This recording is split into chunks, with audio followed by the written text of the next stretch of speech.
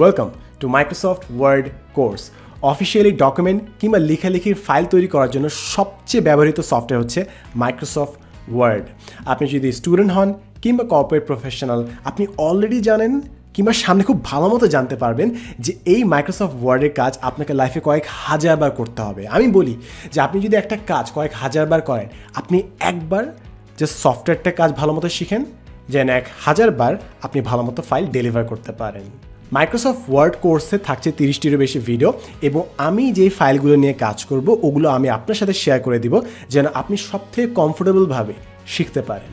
Microsoft ওয়ার্ডে professionally কাজ করার জন্য বেসিক থেকে অ্যাডভান্স পর্যন্ত যা কিছু জানা লাগে, কীভাবে ফাইল তৈরি করবেন, পেজ লেআউট, ভিউ, কীভাবে সেভ করবেন, পিডিএফ, কীভাবে গ্রাফ, চার্টস তৈরি করবেন, সব কিছু আমরা এই কোর্সে এক্সপ্লোর করব।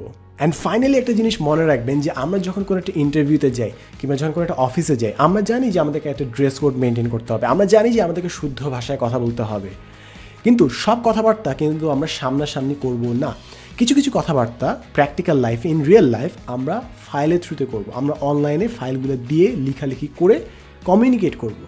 সো এই জায়গায় যদি আপনি প্রফেশনাল হন, তাহলে আপনি ইমপ্রেশনটা ভালো তৈরি হয়। এমন না যে আপনি মাইক্রোসফট ওয়ার্ডের ফরম্যাটিং দিয়ে মানুষকে ইমপ্রেস করে বসে ফেলবেন, বাট আপনার যদি ফরম্যাটিং ঠিক না হয়, আপনি যদি বিভিন্ন জায়গায় ভুল থাকে, ডেফিনেটলি আপনি কিছু অপরচুনিটি আপনি মিস করবেন কিংবা আপনার ইমপ্রেশনটা খারাপ হবে।